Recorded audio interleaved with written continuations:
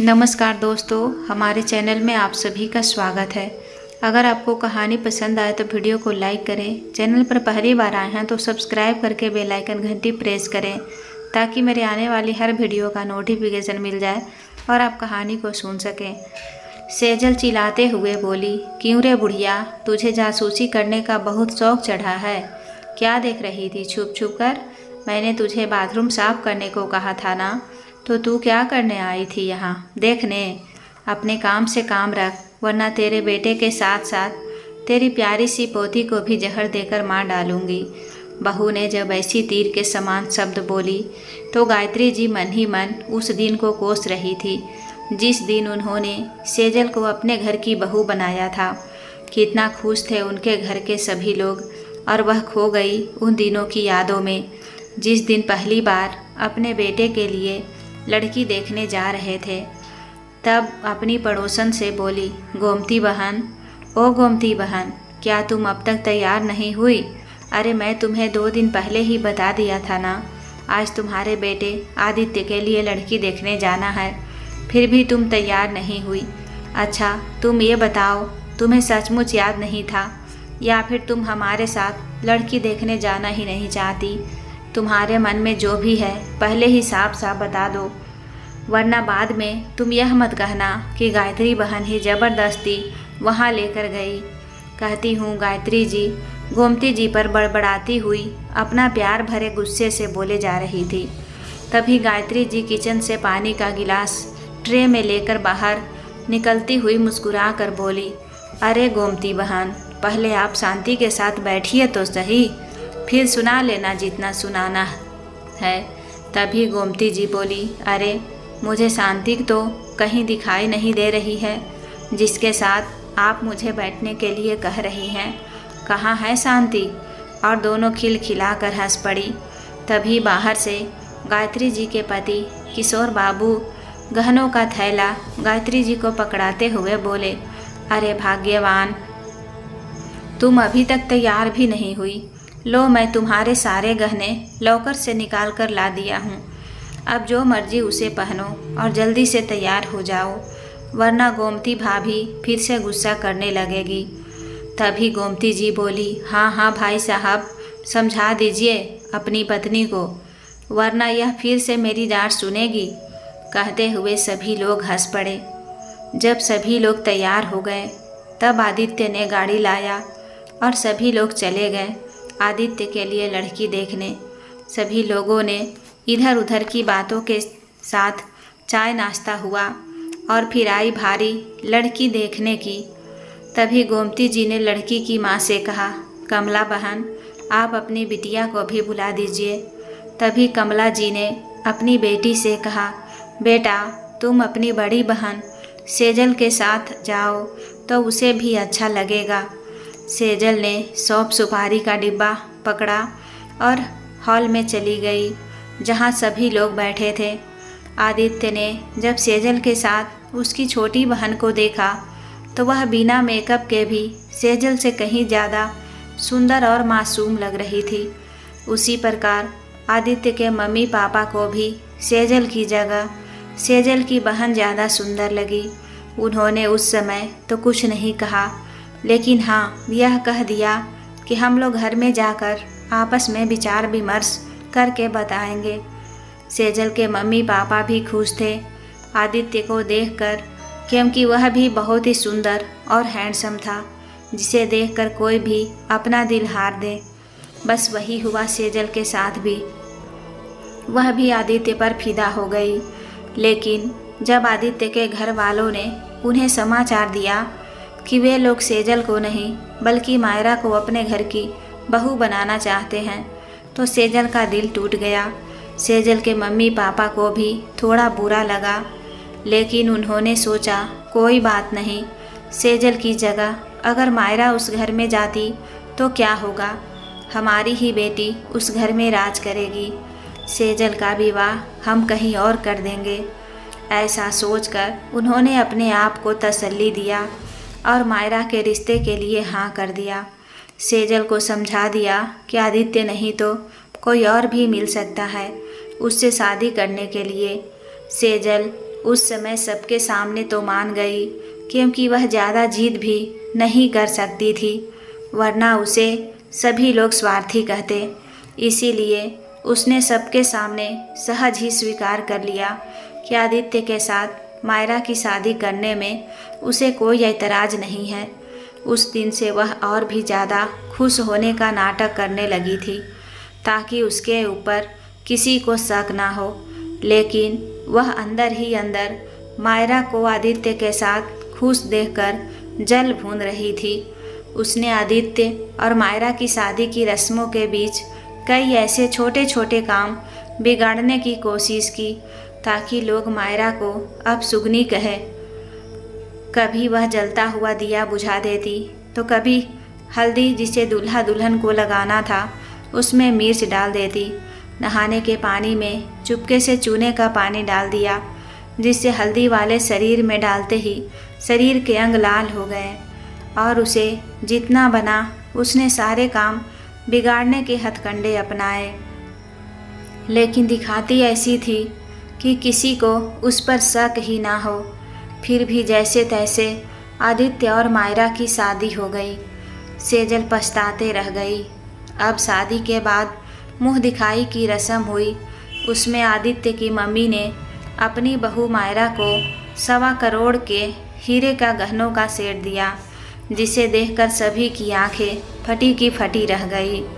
सेजल तो जल भून रही थी, लेकिन उस समय चुप रही जब मायरा और आदित्य हनीमून ट्रिप पर गए और मायरा अपनी बड़ी बहन को खुश करने के लिए आदित्य और अपनी फ़ोटो भेजती, तो वह खुश होने की बजाय ज़्यादा दुखी होती और मन ही मन कहती, एक न एक दिन तुझे इसकी कीमत चुकानी ही पड़ेगी।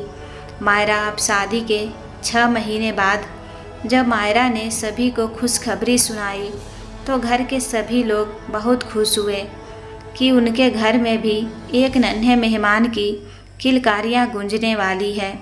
लेकिन सबसे ज़्यादा खुश सेजल थी, क्योंकि उसने जो प्लान कर रखा था वह पूरा जो होने वाला था। अब जैसे ही मायरा का 9वां महीना स्टार्ट हुआ, उसके पैरों में और चेहरे में सूजन होने लगा। डॉक्टर को दिखाया गया तो उसे कुछ दवाई देकर बेड रेस्ट के लिए कह दिया। अब मायरा की सासू माँ गायत्री जी की भी तबीयत ठीक ना होने के कारण मायरा को काम करने और घर संभालने के लिए एक सहयोगी की आवश्यकता हुई। सेजल ने एक बार तो थोड़ा ना नुकुर किया। फिर सेजल की मम्मी कमला जी ने उसे समझाया कि बड़ी बहन है, बहन के काम आती है, वह लोग तुझ पर पूरा भरोसा कर सकते हैं, ना कि काम वाली बाई पर। काम वाली बाई तो 1-2 घंटा काम करके चली जाएगी, लेकिन तू उसकी बहन है, 24 घंटे उसके साथ रहेगी तो उसे बहुत मदद मिलेगी। सेजल तो यही चाहती थी कि उस मायरा के ससुराल जाने दिया जाए, इसीलिए वह बिना ज़्यादा नखरे किए जल्दी ही अपनी बहन की सेवा करने के लिए उसके ससुराल चली गई। सेजल के आ जाने से मायरा बहुत खुश रहने लगी थी। वह दोनों बहनें कभी बचपन की बातें याद करके कभी हंसती, तो कभी मायूस होती, तो कभी एक दूसरे को समझाती। ऐसे ही सेजल को मायरा के ससुराल गए 1 महीना हो गया था। सेजल आदित्य के पास जाने के 1000 बहाने ढूंढती, लेकिन आदित्य उससे दूर ही रहता था। एक दिन मायरा के पेट में बहुत दर्द होने लगा। आनन फानन में उसे अस्पताल में भर्ती किया गया। डॉक्टर ने चेकअप किया तो बताया कि मायरा का ऑपरेशन करना पड़ेगा, वरना बच्चा या माँ किसी की भी जान जा सकती है। आदित्य बच्चा और माँ दोनों को ही नहीं खोना चाहता था, इसीलिए वह ऑपरेशन करवाने के लिए तैयार हो गया। डॉक्टर ने ऑपरेशन करके बच्चे को सुरक्षित निकाल लिया, लेकिन मायरा की हालत ज़्यादा ही खराब हो गई थी। इसीलिए सभी से बच्चे को तो मिलने दिया गया, लेकिन इस समय मायरा से नहीं मिलने दिया गया। उसी दिन रात के समय सेजल ने देखा एक औरत की जान चली गई है और उसकी डेथ बॉडी को स्ट्रेचर में रखकर कुछ वार्ड बॉय लोग घर की ओर लेकर जा रहे हैं। सेजल ने उस डेथ बॉडी के बारे में पता किया तो उन्होंने बताया कि वह डेथ बॉडी लावारिस है।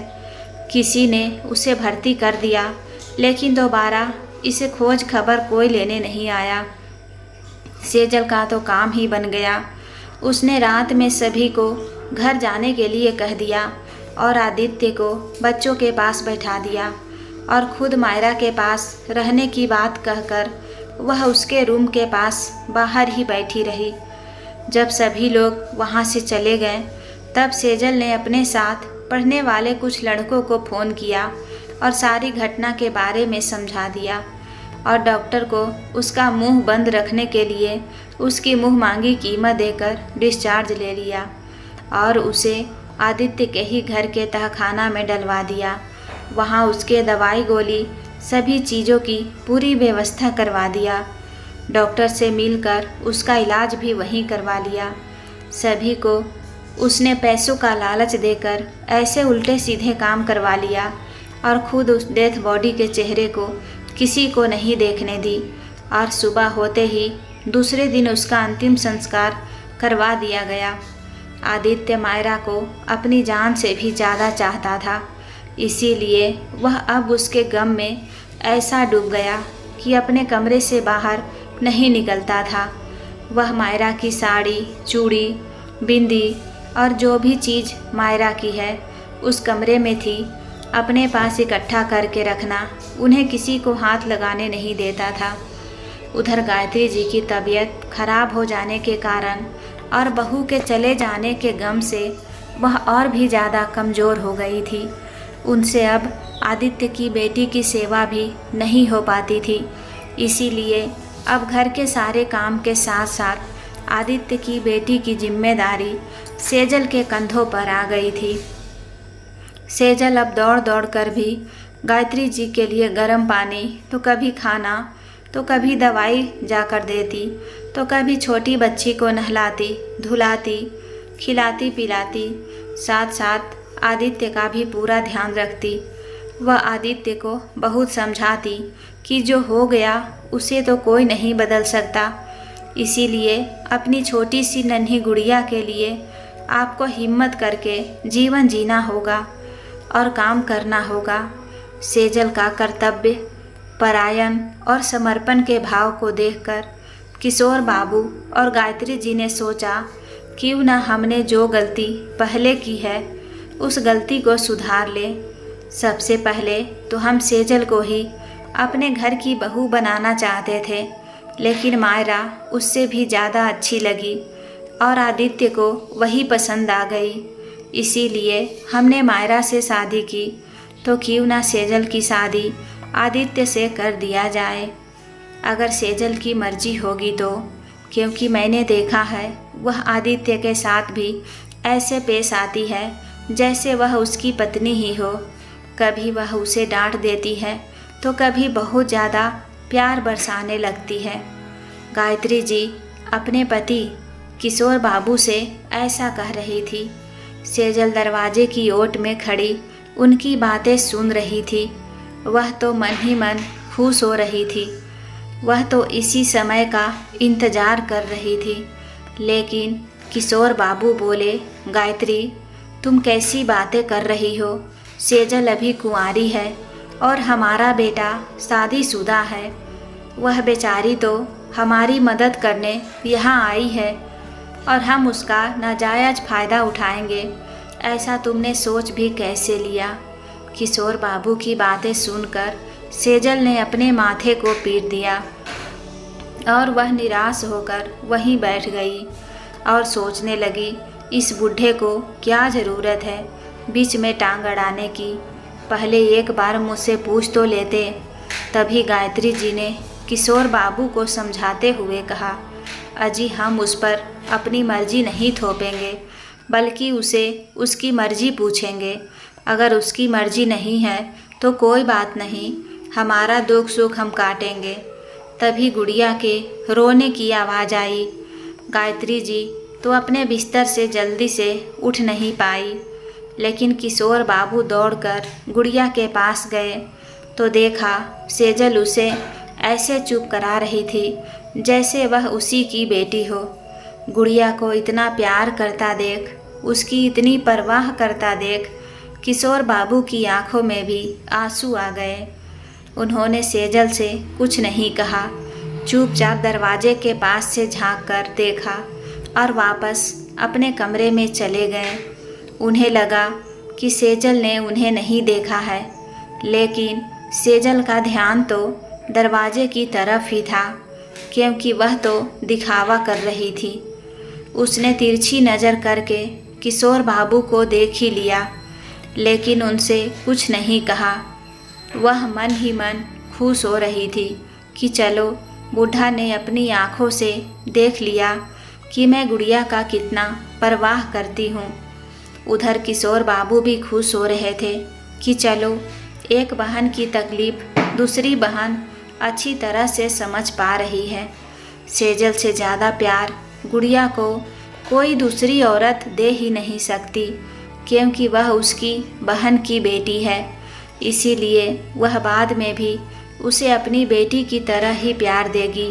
यह बात उन्होंने जब गायत्री जी को बताई तो गायत्री जी को भी लगा कि उनके पति ठीक ही कह रहे हैं, और उन्होंने एक दिन मौका पाकर पहले सेजल के मन की बात जाननी चाहिए।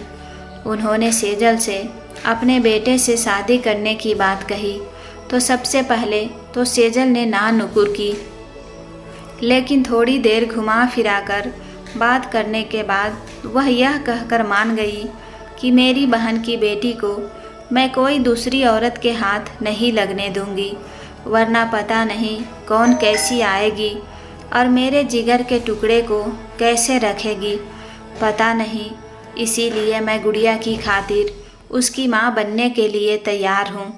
सेजल की रजामंदी से आदित्य के मम्मी पापा तो खुशी से फूले नहीं समा रहे थे, लेकिन उनके सामने उससे भी बड़ी चुनौती थी आदित्य को सेजल के साथ शादी करने के लिए मानना। फिर भी उन्होंने एक दिन मौका पाकर आदित्य से भी गुड़िया के भविष्य के खातिर सेजल से शादी करने के लिए मना ही लिया। आदित्य ने बहुत मना किया, यहाँ तक कि आदित्य तो उस घर को छोड़कर हमेशा के लिए संन्यास धारण करने तक का विचार कर लिया था। लेकिन जब उसके मम्मी पापा ने उस मासूम सी बच्ची का हवाला दिया, तब कहीं वह सेजल से शादी करने के लिए तैयार हुआ। लेकिन आदित्य ने सेजल से कह दिया था कि वह उसके साथ गुड़िया के उज्जवल भविष्य के लिए शादी कर रहा है, वह उसे और ज़्यादा की उम्मीद ना करे। फिर भी सेजल मान गई। इस आदित्य के मम्मी पापा ने सेजल का त्याग समझा और उसकी इज्जत उन दोनों की नज़रों में और ज़्यादा बढ़ गई। उन्होंने साधारण तरीके से आदित्य और सेजल की शादी कर दी। सेजल तो मन ही मन बहुत खुश थी, लेकिन आदित्य को हर जगह केवल मायरा ही दिखाई देती थी। सेजल ने सोचा उसकी शादी के बाद भी मुंह दिखाई की रस्म होगी, लेकिन ऐसा कुछ भी नहीं हुआ और ना ही वे दोनों हनीमून ट्रिप पर गए। आदित्य ने गुड़िया की सेहत का हवाला देकर हनीमून का प्लान कैंसिल कर दिया। यह सब सेजल को बिल्कुल भी अच्छा नहीं लगा। उसने तो सोचा था जिस तरह से मायरा के साथ सारे रस्में और रिवाज पूरे किए गए थे, वैसे ही सेजल के साथ भी किए जाएंगे, लेकिन ऐसा कुछ भी नहीं हुआ। सेजल अपनी सास ससुर से उस बारे में बोल भी नहीं पा रही थी, क्योंकि उन्होंने तो उन दोनों की शादी मजबूरी में करवाई थी। एक तरफ तो सेजल को पहले से ही मायरा के साथ शादी करने का गुस्सा था, दूसरी तरफ से उसके साथ वह सारी रस्में नहीं की गई जो मायरा के साथ हुई थी। उसका भी उसे बहुत गुस्सा था, इसीलिए वह अपने गुस्से को काबू में नहीं कर पा रही थी। धीरे धीरे अब सेजल का व्यवहार अपनी सास ससुर और गुड़िया के प्रति बदलने लगा। आपसे जल अपना तबीयत खराब होने का बहाना बनाकर गायत्री जी से काम करवाने लगी, पर बाहर से दूध सब्जी लाना हो या किराना सामान लाना हो किशोर बाबू से करवाती और 1 रुपए की हेरा फेरी होती तो उन्हें खूब डांटती। अब उन्हें काम बताने में उसे थोड़ी सी भी झिझक महसूस नहीं होती थी। गुड़िया धीरे धीरे बड़ी होने लगी। अब वह स्कूल भी जाने लगी। शुरू शुरू में तो सेजल उसके लिए खुश होकर टिफ़िन बनाती। टिफ़िन में एक से बढ़कर एक आइटम बनाती, लेकिन धीरे धीरे वह उसके टिफ़िन में सिर्फ सूखी रोटी और अचार डालना शुरू कर दी। जब गुड़िया अपनी माँ से टिफ़िन में कुछ अच्छा चीज़ डालने को कहती तो वह उसे मारने पीटने लगती और कहती, क्यों, मैं तेरे बाप की नौकरानी हूँ क्या जो मैं तेरा हुक्म बजाऊँगी? खाना है तो खा, वरना वह भी नहीं मिलेगा। और अगर मेरी शिकायत अपने पापा या अपने दादा दादी से की ना तो तुझे बाथरूम में हमेशा के लिए बंद कर दूँगी। बेचारी नन्ही सी जान डर जाती थी और किसी से कुछ भी नहीं कह पाती कि उसकी माँ उसके साथ कैसा व्यवहार करती है। गायत्री जी बीमार रहने के कारण घर से ज़्यादा काम नहीं कर पाती थी, लेकिन पोती के प्यार के कारण ज़बरदस्ती उठकर उन्हें घर के काम करने पड़ते थे, वरना सेजल उस छोटी सी लड़की से घर के काम करवाती थी। एक दिन गायत्री जी बाथरूम साफ कर रही थी, तभी 2 लड़के एक औरत को तहखाना से निकालकर बाहर की तरफ संकरी गली की तरफ से लेकर जा रहे थे। गायत्री जी ने छुपकर उनका पीछा किया तो देखा उनकी बहू मायरा जिंदा है और वह दोनों लड़के उसे एम्बुलेंस में बिठाकर घर के पीछे के रास्ते से कहीं लेकर जा रहे थे। वह जल्दी से वापस आने के लिए पीछे मुड़ी तो देखा सेजल उसके सामने खड़ी थी। उसी समय किशोर बाबू भी बाथरूम जाने के लिए उधर ही गए हुए थे। सेजल ने गायत्री जी की चोरी पकड़ा और कहा, क्यों रे बुढ़िया, बहुत जासूसी करने आता है तुझे? क्या देख रही है छुप छुप कर? गायत्री जी बोली, सेजल बहू, हमारी मायरा बहू जिंदा है। क्या तुझे यह बात पता है? मैं तो यह बात तुझे ही बताने आ रही थी। अच्छा, मायरा को मरे हुए 5 साल हो गए और आप कह रही हो कि मायरा जिंदा है? यह कैसे हो सकता है? ज़रूर आपने मायरा का भूत को देखा होगा। और मैं तुझे बाथरूम साफ करने के लिए कहा था ना, तो तू यहाँ क्या करने आई थी? अपने काम से काम नहीं रख सकती क्या? देख, दोबारा तुमने ऐसी हरकत की ना तो तुम दोनों बूढ़े बुढ़िया के साथ साथ वह छोटी सी तुम्हारी प्यारी पोती को और तुम्हारे बेटे को भी जहर दे दूंगी। अरे बहू, यह तुम क्या कह रही हो?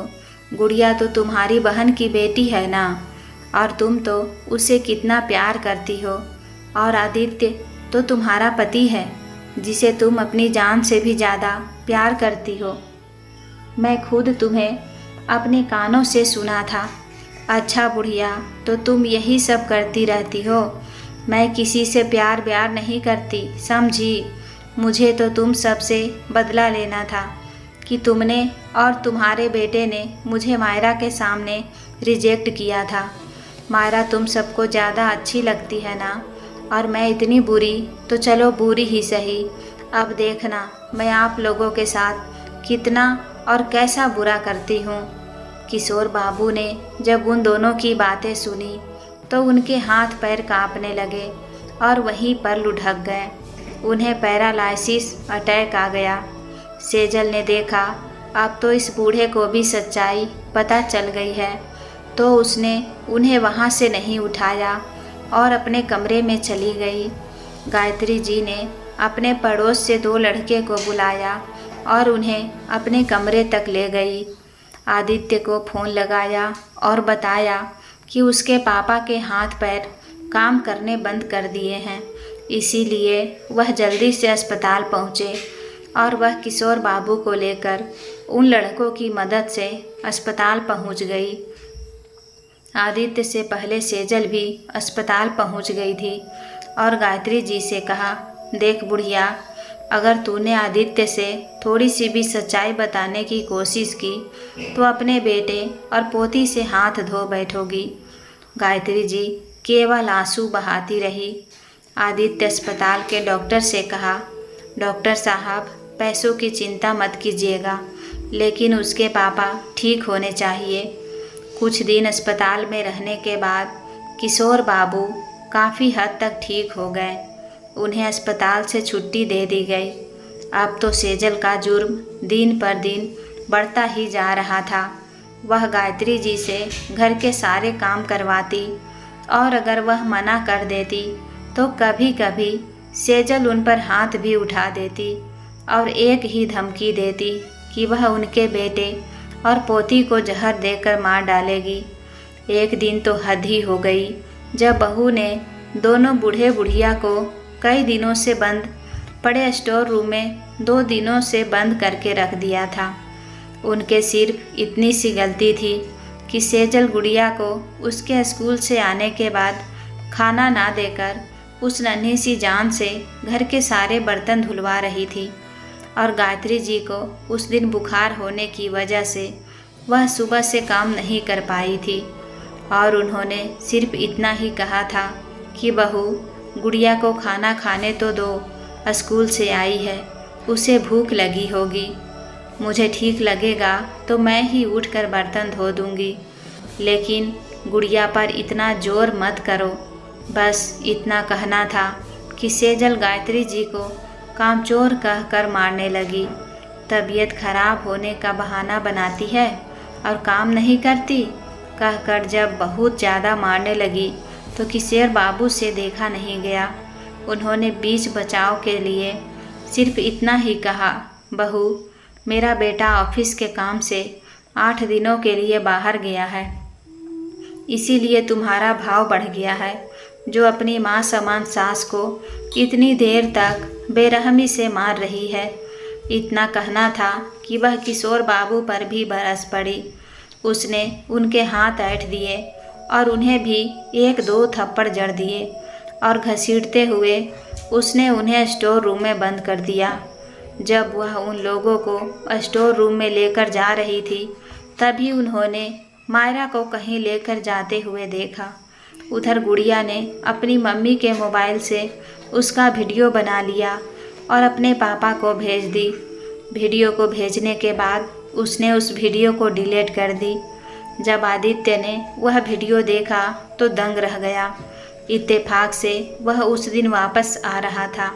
वह जैसे ही घर पहुंचा, सेजल घर पर नहीं थी, केवल गुड़िया ही घर पर थी।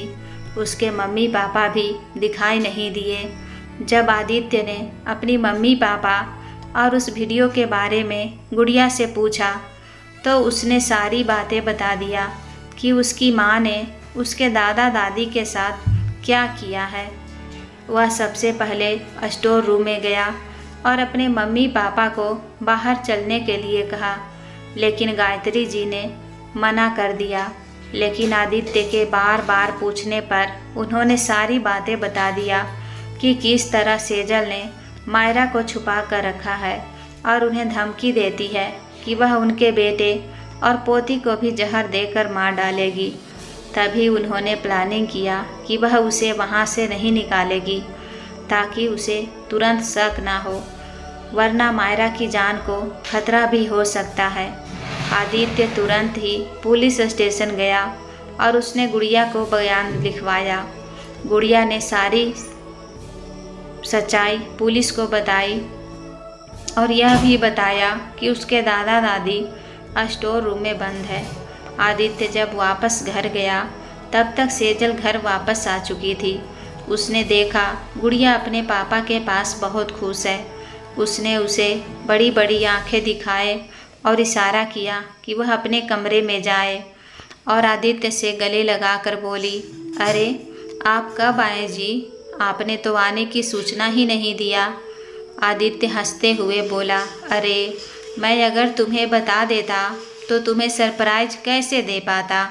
सरप्राइज का नाम सुनते ही सेजल खुशी से उछल पड़ी और बोली, सरप्राइज? अरे कहाँ है मेरा सरप्राइज? तभी आदित्य ने एक सीटी बजाई।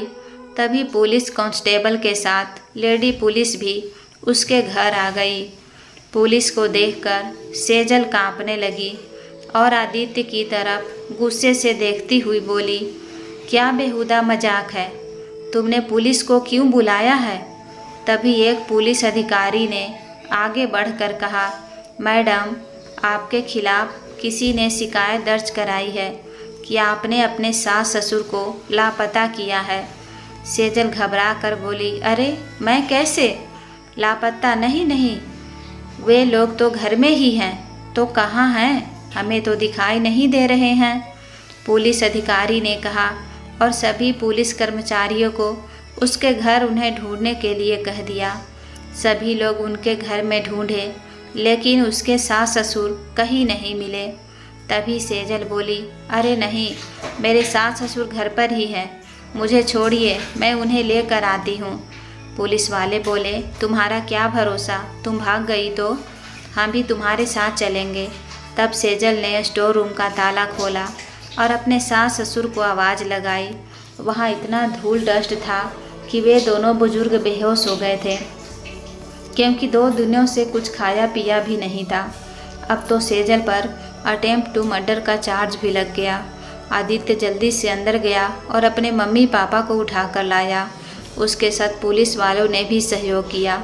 उन्हें तुरंत अस्पताल ले जाया गया और जब उन्हें होश आया तो पुलिस ने उनसे पूछा कि उनके साथ यह सब कैसे हुआ और कब से हो रहा था।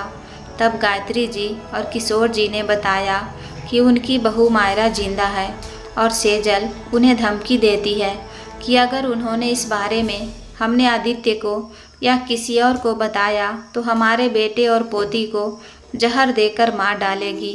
वह हमारे बेटे और पोती से कोई प्यार नहीं करती थी, वह तो अपना बदला लेने आई थी और उसे हमारे धन दौलत से मतलब है, हमसे कोई मतलब नहीं है।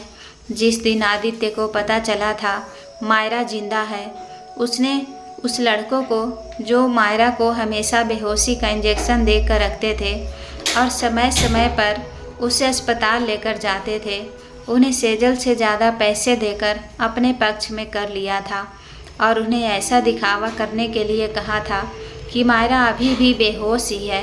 सेजल मायरा को धीरे धीरे पागल बनाकर छोड़ देना चाहती थी ताकि उसे आदित्य उसके घर वाले चाह कर भी नहीं कर सकते थे। लेकिन गुड़िया की एक समझदारी ने कितने लोगों की जान बचा ली थी। जब कोर्ट में सुनवाई हुई तो सेजल ने साफ कह दिया कि वह मायरा के बारे में बिल्कुल नहीं जानती। तभी मायरा पीछे से ताली बजाते हुए आई और बोली, वाह बहन वाह, बहन हो तो ऐसी, अगर इस दुनिया में आप जैसी बहन हो तो मैं तो कहती हूँ कि भगवान किसी को बहन ही ना दे। और मायरा ने वह सारी बातें बताई तो सेजल ने उसके साथ किया था, क्योंकि एक दिन अस्पताल में उसकी माँ मिली थी। उन्होंने उसे पहचान लिया था और डॉक्टर से मिलकर मुझे वह दवाइयाँ देने के लिए कहा जो मेरे सेहत के लिए ठीक हो। लेकिन सेजल डॉक्टर साहब से वह दवाई देने के लिए कहकर आई थी जिन दवाइयों से मैं पागल हो जाती, और मैं बीच बीच में जानबूझकर अपनी हालत ख़राब होने का बहाना बनाती ताकि मुझे खुली हवा में सांस लेने को मिले और मेरी माँ से बात हो सके। तब तक उसके मम्मी पापा भी वहाँ आ गए। उसकी मम्मी ने भी बयान दिया कि उसकी बेटी सेजल की घटिया चाल थी अपनी ही बहन को पागल बनाने की। अब अदालत में फैसला हुआ कि सेजल को आजीवन कारावास की सज़ा होगी और मायरा को उसका परिवार फिर से वापस मिलेगा। गुड़िया ने जब अपनी असली मम्मी को देखा तो वह उसके गले लगाकर फूट फूट कर रो पड़ी और वह उसे सारी बातें बता दी कि किस तरह उसकी सौतेली मम्मी उसे परेशान करती थी और उसके दादा दादी को मार पीट कर काम करवाती और उन पर अत्याचार करती थी। मायरा को पाकर आदित्य को ऐसा लग रहा था जैसे उसे स्वर्ग का सारा सुख मिल गया हो। उसने मायरा से वादा किया कि वह उसे और उसके परिवार को छोड़कर कहीं नहीं जाएगी। आदित्य की बच्चों की तरह बात सुनकर सभी लोग हंस पड़े और उसके बाद मायरा ने अपनी बहू होने के सारे फर्ज निभाए। अपनी सास ससुर की खूब सेवा की, अपनी गुड़िया को अच्छी परवरिश दी और अपने पति का भी बहुत ख्याल रखा। दोस्तों, कहानी पसंद आती है तो वीडियो को लाइक करें। चैनल पर पहली बार आए हैं तो सब्सक्राइब करके बेल आइकन घंटी प्रेस करें ताकि मेरे आने वाली हर वीडियो का नोटिफिकेशन मिल जाए और आप कहानी को सुन सकें। कहानी को पूरा सुनने के लिए दिल से धन्यवाद।